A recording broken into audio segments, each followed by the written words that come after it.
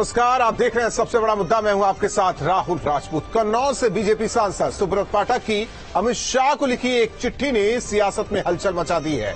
सुब्रत पाठक ने देश में धार्मिक जनगणना की मांग की है। सियासतदान सुब्रत पाठक की इस चिट्ठी को विरोधी दलों की ओर से उठाई जा रही जाति जनगणना की काट के तौर पर देख रहे हैं, क्योंकि अखिलेश यादव बार बार जाति जनगणना का मुद्दा उठा चुके हैं। ऐसे में सवाल, क्या ये सुब्रत पाठक की सियासी चाल है या जाति जनगणना को लेकर ध्यान भटकाने का पैंतरा? सवाल यह भी कि क्या 2024 का चुनाव धर्म और जाति पर आ गया है?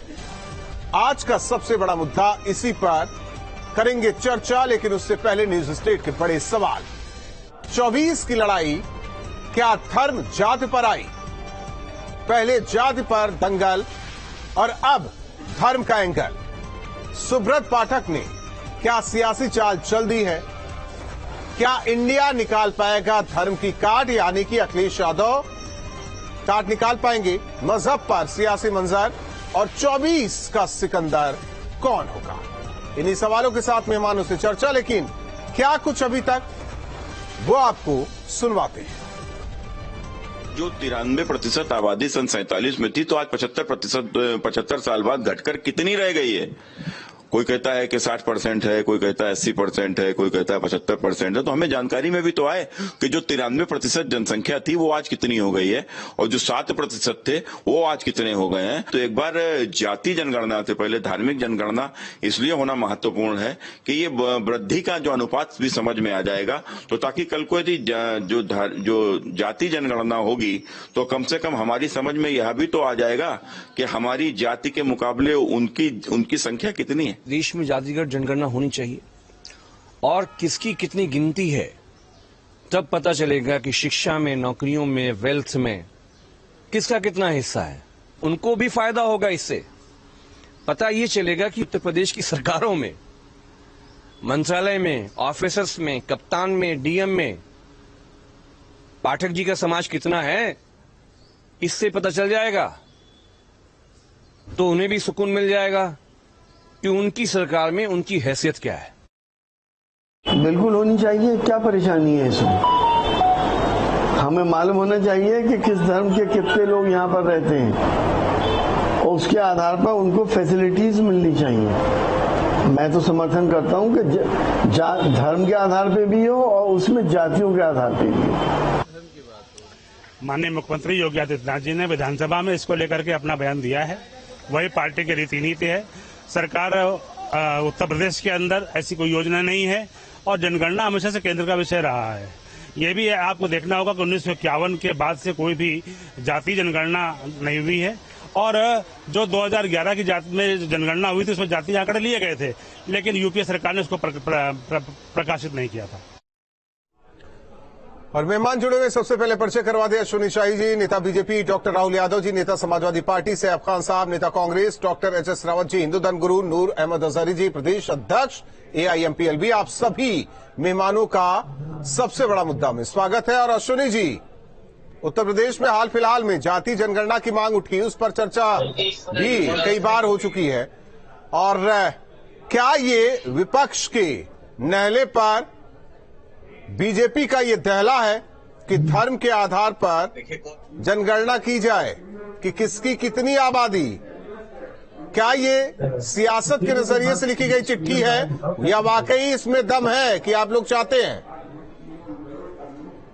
राहुल जी, देखिए, कोई नहले पे दहले वाली बात नहीं है। अगर देश में संविधान अगर सेकुलर है, सेकुलर लिखा गया है, तो संविधान जो है कभी भी जनसंख्या की बात करता है, वो जाति और समाज की बात नहीं करता है। इसलिए वहां जातिगत जनगणना की बात का सरकार विरोध करती है कि भाई वर्ग संघर्ष को बढ़ावा मिलेगा। हम विकास की बात करते हैं, ये जाति की बात करते हैं। तो अगर ये जाति की बात कर ही रहे हैं तो धर्म के हिसाब से भी हो जाए, क्योंकि हिंदुस्तान में जो अभी 93% की बात माननीय सांसद जी कर रहे थे, और 7% में 4-5 जो जातियां थी, जो सिख, बौद्ध, ईसाई, पारसी, मुस्लिम, ये 7% में सभी थे। तो अब 7% से 20%, 18% मुस्लिम खुद कहते हैं। तो अब ये तो मानना पड़ेगा कि वो अब बहुसंख्यक हो चुके हैं, अल्पसंख्यक नहीं रहे। तो उस हिसाब से उनकी भी एक गणना करानी चाहिए। इस देश में कई जिले, 200 जिले ऐसे हैं जहां पर मुस्लिम बहुसंख्यक हो चुके हैं और कई प्रदेशों में ये स्थितियां हैं, वहां हिंदू अल्पसंख्यक हो चुके हैं, तो दर्जा 93% वाले किस तरीके से? तो माननीय सांसद जी की जो मांग है, उस मांग पर विचार करने लायक मांग उन्होंने उठाया है। मैं सराहना करता हूं उनकी कि वो मांग, अगर ये बहुत शानदार मांग किया है उन्होंने। डॉक्टर राहुल यादव जी, हालांकि आपके सांसद साहब ने भी हामी भर दी है सुब्रत पाठक की जो मांग है, तो हमें लगता है कि समाजवादी पार्टी भी यही चाहती है, या फिर जाति जनगणना के इर्द गिर्द आपकी राजनीति घूमती रहेगी? वो तो एक कदम आगे निकल कर कह रहे हैं कि अब धार्मिक आधार पर भी जनगणना कर ली जाए, किसकी कितनी आबादी। जी, जितेंद्र शाही जी ने भी बड़ी अच्छी बात कही, संविधान का हवाला दिया, सेकुलर की बात कही। संविधान में सामाजिक न्याय भी शब्द है, तो सामाजिक न्याय है, सामाजिक न्याय के लक्ष्य को प्राप्त करने की बात है, और सामाजिक न्याय के लक्ष्य को प्राप्त करने के लिए जाति जनगणना सबसे उचित माध्यम है, और जाति जनगणना के माध्यम से हम सामाजिक लक्ष्य को प्राप्त कर सकते हैं, और पार्टी का ये प्रायोरिटीज इस सामाजिक न्याय के लक्ष्य को हम हासिल करें। इस देश में 75 सालों में देश की आबादी जिस गति से बढ़ी, उस गति में जो रोजगार है, जो सामाजिक संसाधन है, जो राष्ट्रीय संसाधन है, इसमें सभी वर्गों की हिस्सेदारी तय करने के लिए जाति जनगणना एक आवश्यक कदम है। बिना विश्वसनीय आकलन के कोई भी नीति को बनाना या उसका क्रियान्वयन करना, एक समझिए कि उसको दोषपूर्ण माना जाएगा, अतार्किक माना जाएगा। और आज सुब्रत राय पाठक ने जाति जनगणना के इस ज्वलंत मुद्दे को ध्यान भटकाने के लिए जैसे यूसीसी आया, ठीक वैसे ही धार्मिक आधार पर उन्होंने जनगणना की बात है। तो मुझे लगता है कि जाति जनगणना से ही स्पष्ट हो पाएगा कि इस देश में जो वंचित वर्ग है, जो शोषित वर्ग है, देखिए जात के आधार पर जो रोजाना अपमानित हो रहा है, जिसकी योग्यताओं की हत्या की जा रही है, वो जाति जनगणना के जो आंकड़े हैं, उनकी जो उपयोगिता है, उसके बारे में वो समझ रहा है। यहाँ पर जो संसाधन है, रोजगार, कौशल और उनकी जो राष्ट्रीय संसाधन है, जो सरकार के जो संसाधन है, उन पर उनकी भी एक वाजिब हिस्सेदारी बने, इसके लिए जाति जनगणना जरूरी है। और हमारी जो मांग है जायज है, और इसमें बीजेपी हमेशा सुब्रत पाठक, सांसद सुब्रत पाठक की मांग जो है वो जायज नहीं है। नहीं, सुब्रत पाठक की मांग तो राजनीतिक से प्रेरित है। अगर ये जाति जनगणना की मांग आज की थोड़ी है, ये तो बहुत पहले से होती आ रही है। और जितेंद्र जी जानते होंगे 1931 में जाति जनगणना के जो आंकड़े प्रकाशित किए, उसके बाद भी कई बार जाति जनगणना हुए, लेकिन उसके आंकड़े प्रकाशित नहीं किए। हालांकि यूपी की सरकार नहीं कर पाई। सैफ खान साहब, यूपी की सरकार ने आंकड़े एकत्रित किए थे, बीजेपी ने सार्वजनिक। ठीक है सैफ खान साहब, 11 में इन लोगों ने कराया था, देश का 4,000 करोड़ भी नुकसान किया और आंकड़े जारी नहीं किए। अश्विनी जी एक मिनट, सैफ खान साहब, होना क्या चाहिए? मुझे तो सियासी बू हर एक मांग में आ रही है। नहीं, देखिए, सबसे पहली चीज जो है, आज जो भारतीय जनता पार्टी के मैं सांसद की बात सुन रहा था, सुब्रत पाठक जी ये कह रहे हैं कि जो होनी चाहिए, तो मेरा सवाल यही है कि जब अटल बिहारी सरकार में 1998 में जब उन्होंने कॉलम भी बनाया था इस चीज के लिए कि जाति जनगणना या कास्ट के ऊपर होना चाहिए, तो जब होम मिनिस्टर हमारे एल के अडवाणी साहब थे, तो सेंसस को उस प्रपोजल को रोक क्यों किया दिया गया, जो रिजेक्ट क्यों किया गया? आज इनके सांसद कुछ और बात करते हैं। इनके जो होम मिनिस्टर थे उस वक्त एल के अडवाणी, वो जो है प्रपोजल रिजेक्ट करते हैं। तो मुझे समझ में नहीं आता जो है कि दोहरी नीतियां जो है वो कैसे अपनाई जाती, स्टेटमेंट्स। तो मैं सबसे पहले तो ये स्टैंड जानना चाहूंगा भारतीय जनता पार्टी का कि क्या वो इस फेवर में है या नहीं है। क्योंकि अगर आप इंटरनेशनल कांग्रेस की बात करते हैं तो हमारी ये पूरी कोशिश थी, और हमारी आप अगर इंटरनेशनल कांग्रेस की वेबसाइट के ऊपर भी जाएंगे तो आपको पता चलेगा कि हमने जो है गुजारिश तक की भी है कि हमारे देश में कितने लोग किस कास्ट से आते हैं, कितने फॉरवर्ड है, कितने बैकवर्ड है। ये बहुत जानना जरूरी है कि जो 15% रिजर्वेशन कॉन्स्टिट्यूशन बुक करता है उन सरकारी नौकरियों के लिए, उन जगहों के लिए जिससे देश के जो जाति वाइज या कास्ट वाइज जो आप बता रहे हैं सैफ खान साहब, जो आप बता रहे हैं, क्या उसमें धार्मिक आधार पर भी चीजें उसकी गणना हो सकती है? देखिए, मुझे लगता है जब बिहार में हो सकता है तो उत्तर प्रदेश में क्यों नहीं हो सकता है? तो राजस्थान में भी हो सकता है सर, जहां आपकी सरकार है वहां हो सकता है। बिल्कुल हो सकता है साहब, और होना भी चाहिए। क्यों नहीं होना चाहिए हमारे देश की, कि पता तो चले कि कितने बैकवर्ड हैं, कितने फॉरवर्ड हैं, कितने लोग जो यही तो सुब्रत पाठक भी कह रहे हैं कि ये भी तो पता चले कितने हिंदू है, कितने मुस्लिम है, कितनी जैन है, कितनी बौद्ध है, कितने सिख है। देखिए राजपूत जी, मेरा सवाल तो यही कि खुद अडवाणी जी ने प्रपोजल रिजेक्ट किया था, बल्कि अटल बिहारी वाजपेयी की सरकार में 1998 में जब प्रपोजल बनाया गया था और ये बोला गया था कि इसमें एक कॉलम ऐड कर दिया जाए कास्ट का, तो अडवाणी जी को आपत्ति थी, उस वक्त प्रपोजल को रिजेक्ट किया। तो आज सांसद कुछ और कह रहे हैं, उस वक्त जो है होम मिनिस्टर कुछ और कर रहे थे। ये दोहरी राजनीति कैसी है? ये तो बीजेपी वाले बता सकते हैं, ये तो बीजेपी वाले बता सकते हैं। बिल्कुल, मैं सुब्रत पाठक की एक और बात के ऊपर बड़ा ऑब्जेक्शन जो है मुझे है, वो ये कह रहे थे कितने प्रतिशत हमारी हिंदू आबादी कम हो गई है और कितने प्रतिशत नहीं, उनका तो ये भी कहना है कि 200 से ज्यादा जिलों में मुस्लिमों की आबादी बेतहाशा बढ़ी है। नहीं, मैं बताना चाहता हूँ कि हमारे उनका ये भी कहना है कि विदेशी फंडिंग हो रही है, धर्मांतरण का खेल खेला जा रहा है। उनका तो ये भी कहना है। देखिए, उनका ये भी सुनिए और क्या कहना है वो भी बताते हैं सैफ खान साहब। और क्या कहना है उस चिट्ठी में? उस चिट्ठी को आपने पढ़ा क्या? नहीं, मैंने बिल्कुल ठीक है, उसमें महत्वपूर्ण बिंदु बता दूं। उसमें उन्होंने ये भी कहा है कि जिस तरीके से फंडिंग, धर्मांतरण, लव जिहाद, लैंड जिहाद, गेम जिहाद, और यहां तक कि ये भी कहा गया है कि कुछ पार्टियां अवैध रूप से घुसपैठ कराई गई या वो घुसे, उनके वोटर कार्ड आधार कार्ड तक बन गए। रोहिंग्या, बांग्लादेशी, तमाम ऐसी बातें भी कही गई हैं। सोचना होगा ना कि हमारे मुस्लिम भाइयों का हक ना मारा जाए, उनकी भी गणना हो जाए। कौन बांग्लादेशी है, कौन रोहिंग्या है, कौन हमारे भारतीय मुसलमान है। मैं तो कह रहा हूँ जो जनगणना की बात हो रही है या जो सवाल, ये जो देखिए सवाल पे मुझे आपत्ति ये है कि जो जब ये दिखा रहे हैं कि हिंदू आबादी का, मैं जो पिछले नहीं, मैं उस पर नहीं जा रहा हूँ सर, और माइनॉरिटी पॉपुलेशन उस पर आपको आपत्ति हो सकती है, लेकिन मेरा जो सवाल है आप उस पर तो आ जाइए। मैं आ जाऊँ, आपकी बात का ही जवाब दे रहा हूँ। मैं उन्हीं सब जो पॉइंट्स का जिक्र कर रहा हूँ जो डराए, जिसको जो है चैनल पे ऐसे स्टेटमेंट्स भी दिए जाते हैं। सबसे पहली बात, खुद अपने नेता जो रिजेक्ट करते हैं, ठीक है ना, प्रपोजल, उसके खिलाफ सर वो दूसरा दौर है, ये दूसरा दौर है। नहीं, दौर की बात नहीं है जी, आज भी वही दौर था, आज भी वही हिंदुस्तानी है, आज भी। अब ये तो बीजेपी वाले बता सकते हैं आपका जो सवाल है। हालांकि मेरे सवालों का जवाब नहीं मिला और भी मेहमान है, 2 मेहमान है अभी, उनसे भी रूबरू हो ले। सैफ खान साहब उनसे भी रूबरू हो। माइनॉरिटी की बात रखने के लिए नूर अहमद जी हैं। नूर अहमद जी, होना चाहिए ना कि पता चले कौन बांग्लादेशी है, कौन रोहिंग्या है। राहुल भाई बड़े घुमा के हमला करते हैं आप। नहीं सर, मैं कौन होता हूं घुमा के हमला करने वाला? मैं तो सवाल करता हूं सर। बात ये, भारतीय जनता पार्टी के पास जब ऐसे लोग आ जाते हैं ना जिनका कोई काम नहीं होता है, तो उन्हें इसी तरह के काम दे दिए जाते हैं कि कैसे ही किसी भी तरह से मजहबी कार्ड खेलो, धार्मिक कार्ड खेलो। 2024 में कहीं लोग बुलेट ट्रेन अगर मांगने लगे तो ये क्या बताएंगे? लोगों ने कहा 15 लाख रुपए कहा है तो ये क्या बताएंगे? लोगों ने कहा कि 2 करोड़ नौकरियां कहा है तो ये क्या बताएंगे? इनके पास बताने को कुछ नहीं है। ये अभी पिछले दिनों यूनिफॉर्म सिविल कोड लेकर के आए थे। वो पता नहीं कौन सी गार में, कौन सी सुरंग में अब तो चला गया।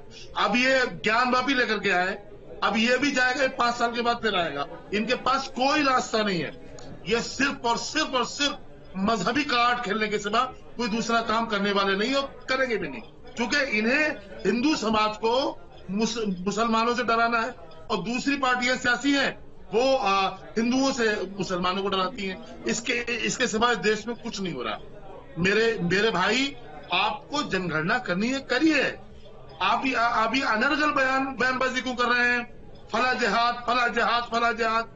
जिहाद की सही परिभाषा जानने के, अगर आपको जानने की बहुत ज्यादा आप चिंतित हैं, परेशान हैं, तो सही परिभाषा जानने के लिए आपको कहीं ना कहीं किसी पढ़े लिखे मतलब व्यक्ति के पास में बैठ करके टीवी आपसे भी रूबरू हो जाए, उसकी सही जानकारी ले लेनी चाहिए। हमें लगता है बीजेपी नेताओं को आपसे ही रूबरू हो जाना चाहिए। अरे हमसे आप ही समझा देंगे सर। हम भी उन्हें सही परिभाषा। Doctor HS. रावत जी, मांग गलत है क्या सुब्रत पाठक की? देखिए, मेरे हिसाब से जातिगत गणना और धार्मिक जनगणना के आधार पर पिछले 70-75 सालों में देश बहुत पीछे चला गया। आप देखें कि चाइना हमसे बाद में आजाद हुआ और हमसे आगे बहुत निकल गया।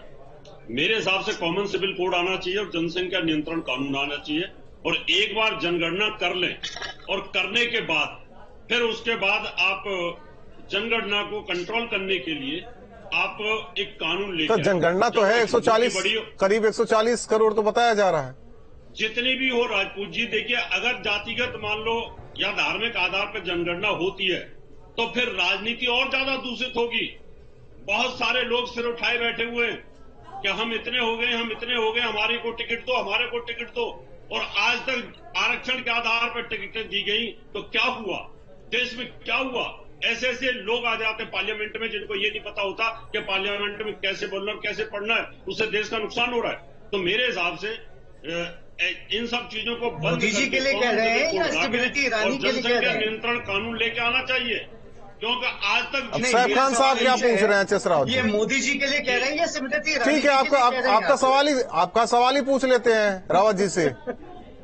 नहीं, मेरा तो ये सवाल है, अभी जो ये पढ़ाई लिखाई पे भी बातें कर रहे थे, देश ने पहला बिना पढ़ा लिखा जो है एजुकेशन मिनिस्टर दिया, वो भी स्मृति ईरानी, जिनकी डिग्री पे बहुत बड़ा सवाल है। एक मिनट, अब सुन तो लीजिए, जिनकी डिग्री पे अभी भी बहुत बड़ा सुन तो लीजिए खान साहब सुन लीजिए, जो ये खान साहब सुन लीजिए, राहुल जी आप सबसे खान साहब सुन तो लीजिए, हिंदू पॉपुलेशन और मुस्लिम पॉपुलेशन, खान साहब सुन तो लीजिए, आप बीच में ना कूदिए। खान साहब सुनिए, सैफ खान साहब शांत रहिए, शांत रहिए, शांत रहिए, जो है 21 शांत रहिए। हिंदू पॉपुलेशन 304 मिलियन से 2011 तक में 966 इनको मिलियन। समझ नहीं है कि कितना बोलना कितना नहीं बोलना है, बोले जा रहे हैं। 35 मिलियन से 172 मिलियन, गूगल को लेकर के क्रिश्चियन 8 मिलियन से 28 मिलियन। देते तो ये अपना विजन भी और रखिए रिकॉर्ड है। कुछ ना कुछ।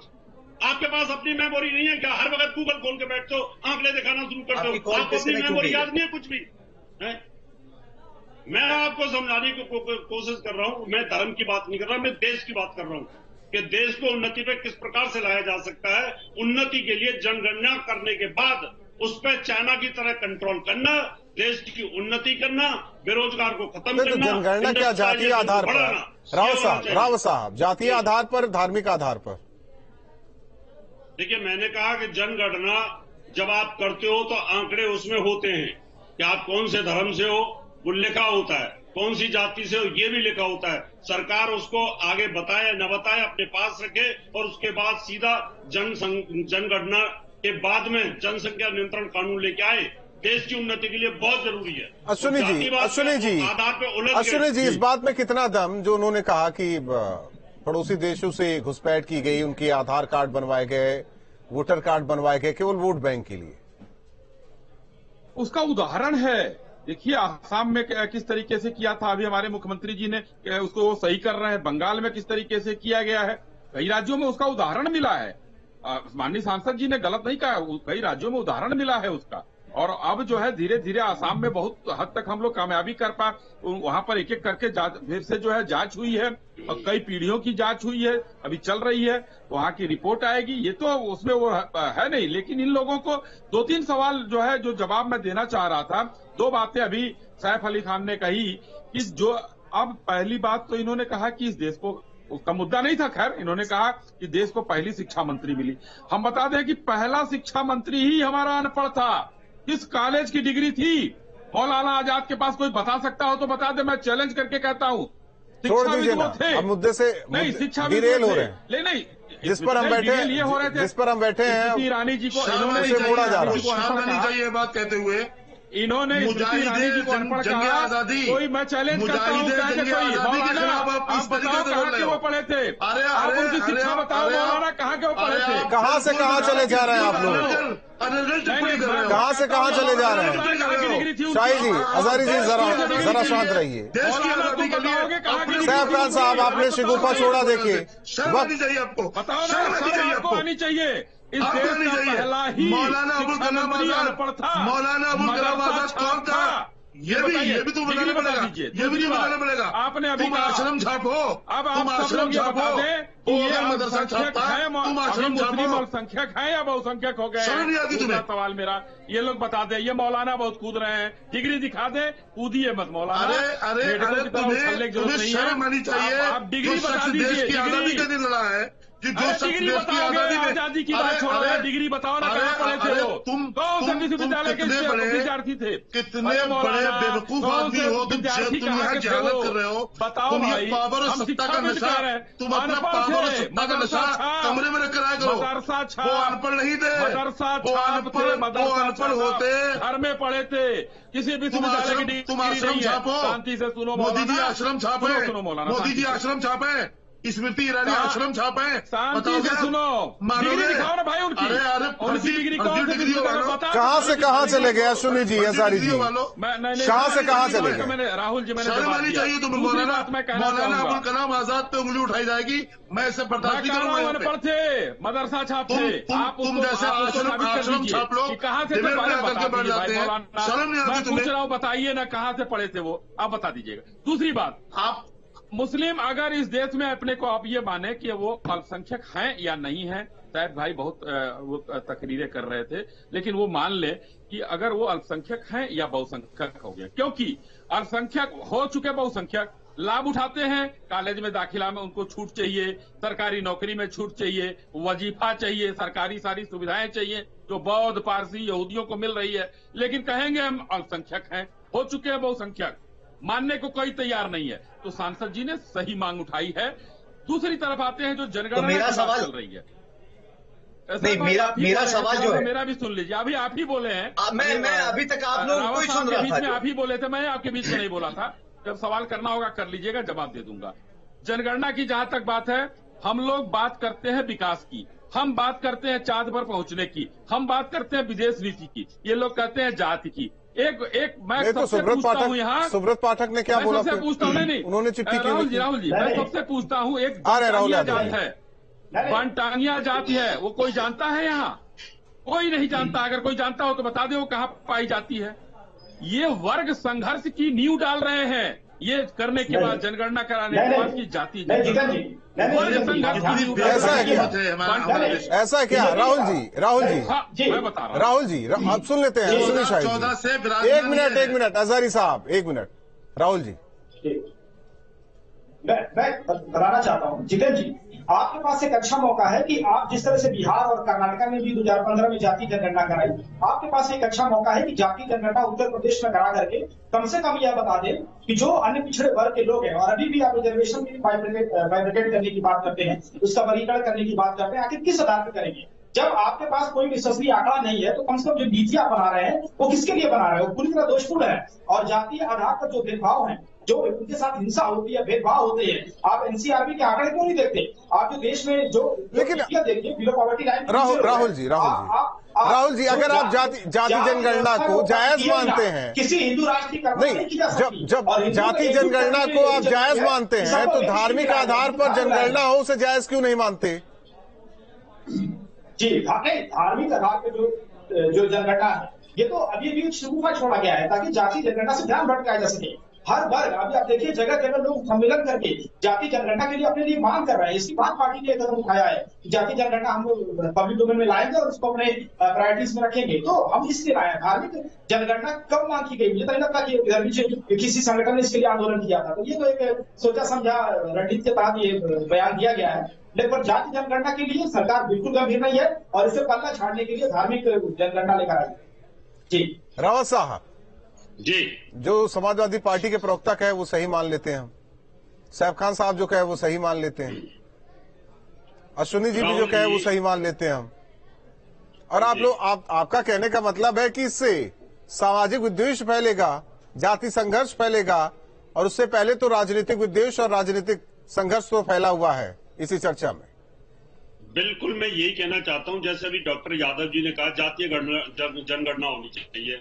अब इनको पता चल जाए कि यादव कितने हैं, को पता चल जाए दलित इतने हैं, सुनार इतने हैं, फलाने इतने हैं, कुर्मी इतने हैं, तो इनको गठबंधन करने में बहुत आसानी होगी। क्योंकि अभी जैसे एमवाई फैक्टर हुआ था कि भाई मुसलमानों का इतना वोट है, यादवों का इतना वोट है, तो दोनों कम्युनिकेशन बना के बैठ जाओ, तो इससे क्या होगा? द्वेष फैलेगा। अभी बहुत सारे ऐसे लोग जातीय आधार पर द्वेष फैला रहे हैं, गरीबी उन्मूलन के कार्यक्रम के लिए यह प्रयास किया जा रहा है। इस देश में सभी वर्ग जो पिछड़ा वर्ग है, सदियों से वंचित है, सदियों से पीड़ित है, उसके साथ न्याय हो। 75 साल हो गए। तो यही बात तो कही जा रही है हजारी साहब, यही बात तो कही जा रही है, न्याय मुसलमानों के साथ भी हो, रोहिंग्या बांग्लादेशी उन्हें हटाया जाए, जो भारतीय मुसलमान है उन्हें सारी योजनाओं का लाभ मिले। न्याय की परिभाषा से वाकिफ नहीं है लोग। न्याय किसे कहते हैं, इंसाफ किसे कहते हैं, जानते भी नहीं है लोग। रावत जी ने अपनी पहली गुफ्तगू में एक बात बड़ी अच्छी कही थी कि जब जाति पर जनगणना हो जाएगी मजहब अपने आप में समझ में आ जाएगा कि मतलब ये किस मजहब का व्यक्ति है। क्योंकि भारतीय जनता पार्टी को ये नहीं जांचना है कि ईसाई कितना है, ये नहीं मालूम करना है कि पारसी कितना है, तो इन्हें ये मालूम करना है कि मुसलमान कितना हुआ है। इन्हें ये जानना है कि इस्लाम कहाँ तक पहुंचा है। इन्हें इसी पर राजनीति करनी है। कोई ऐसी चिड़ तो नहीं है। मैंने पहले साहब ऐसी चिड़ तो नहीं है। मुसलमान पर राजनीति के सिवा कुछ भी नहीं आता। इन्हें कुछ नहीं मिला। ये मुजाहिदे जंगे आजादी अल्लामा वो मौलाना अबुल कलाम आजाद के खिलाफ हो गई है। इनको ये उनको कैसे शब्दों में बोल रहे हैं? आप बताइए, क्या इससे भी बुरी कोई बात हो सकती है? प्रभु मैंने कहा कि बता दीजिए कहाँ पढ़े थे, मैं डिग्री नहीं मांग रहा हूँ, बता दीजिए कौन से विश्वविद्यालय में पढ़े थे वो। छोड़ दीजिए ना आप उसको, उस मुद्दे को छोड़ दीजिए। आप लोग अगली डिबेट बेवजह डिबेट खींचे जा रहे हैं आप लोग। अगली आपने नाम लिया स्मृति ईरानी जी का, तो मुझे जवाब देना था और दूंगा जवाब, क्योंकि आपको बताना पड़ेगा कि कौन से। नहीं तो ठीक है हजारी साहब, ये मान हजारी साहब स्मृति ईरानी के हजारी साहब हो गई है। आप वो आपकी मंत्री नहीं है क्या? उस देश के मंत्री नहीं है क्या, या प्रधानमंत्री नहीं है क्या? तो फिर साहब खान साहब की बातों पर क्यों नहीं आपने कटाक्ष किया? वो हमें समझे या ना समझे, मेरी बात सुनने आप, वो हमें अपना समझे ना समझे, लेकिन हमारी तो शिक्षा मंत्री भाई अच्छा, आपकी हम सुन लें और आपकी बातों का जवाब हम न दें। वो हमारे साथ गलत देखिए, गलत रास्ते पे, अब गलत रास्ते पे सब जा रहे हैं। साहब खान साहब हालांकि फिर कनेक्ट होंगे साहब खान साहब, लेकिन अश्विनी जी देखिए, सियासत के एंगल से ये चिट्ठी लिखी गई है तो गलत है। फिर अगर वाकई होना चाहिए तो सब होना चाहिए, जो समाजवादी पार्टी मांग कर रही है या जो कांग्रेस मांग कर रही है, जो सब मांग कर रहे हैं, जाति जनगणना भी हो और उसमें सब कुछ साफ हो पाएगा कि धार्मिक आधार पर कितने लोग हैं इस देश में और जाति के आधार पर कितने लोग हैं। चाहे ठीक है, उनका कहना है कि उसको संसद में ना रखा जाए, विधानसभा के पटल पे ना रखा जाए, कम से कम एक बार तो ये होना चाहिए। राहुल जी, आपका सवाल बहुत लाजिमी है और अभी मैं आपको बताना चाहूंगा, ये कांग्रेस की सरकार थी। माननीय मुलायम सिंह यादव जी, लालू सिंह यादव जी और शरद पवार जी के दबाव में 2011 में इन लोगों ने जनगणना कराई, यूपीए की सरकार। लेकिन आखिर अगर आपकी मंशा होती तो उसको आप जारी कर देते। 11 में कराया, 14 में आपकी सरकार गई, 3 साल का टाइम था, जारी कर देते। राजस्थान में कराया इन लोगों ने, कर्नाटका में 2015 में कराया इन लोगों ने, कहीं का आंकड़ा जारी नहीं किया। तो ये विशुद्ध राजनीतिक मुद्दा है जिसकी वजह से ये लोग राजनीति कर रहे हैं और देश का पैसा 4000 करोड़ जो 2011 में आरोप आप लोगों पर यही लग रहा है ना कि इसी मुद्दे को थोड़ा नीचे करने के लिए धार्मिक आधार पर जनगणना की मांग कर दी गई। नहीं, अब जैसे इन लोगों ने कहा कि ये लोग राजनीतिक बात कर रहे हैं, तो हम लोग अगर कह रहे हैं कि धार्मिक आधार पर कर लिया जाए तो क्या बुराई है? ये लोग, मैंने एक बनटांगिया की बात की, किसी को नहीं पता है कौन जाता है। जनसंख्या कुल मिला के 25,000 भी नहीं होगी। अब ये बताइए कि जाति जनगणना के आधार पर अगर सेवाओं की बात करेंगे ये, तो उनको कहाँ रखेंगे? कौन सा देंगे? उनको कैसे देंगे? ये क्यों बीच में बोल रहे हैं? क्यों सवाल है? मेरा भी सवाल होगा तो फिर राहुल जी दिक्कत तो सहमान साहब को होगी, हमें क्यों होगी दिक्कत? नहीं, मैं पूछ रहा हूँ क्या ये आलोचना करेंगे एलके आडवाणी साहब की, जो उनके होम मिनिस्टर थे? मैं आलोचना करूंगा, मैं मुलायम सिंह यादव की बात करूंगा। अच्छा, ठीक है, आप लोगों ने किया आलोचना कर मुलायम सिंह यादव की आलोचना करनी पड़ेगी। आप लोगों ने 2011 में क्यों नहीं किया?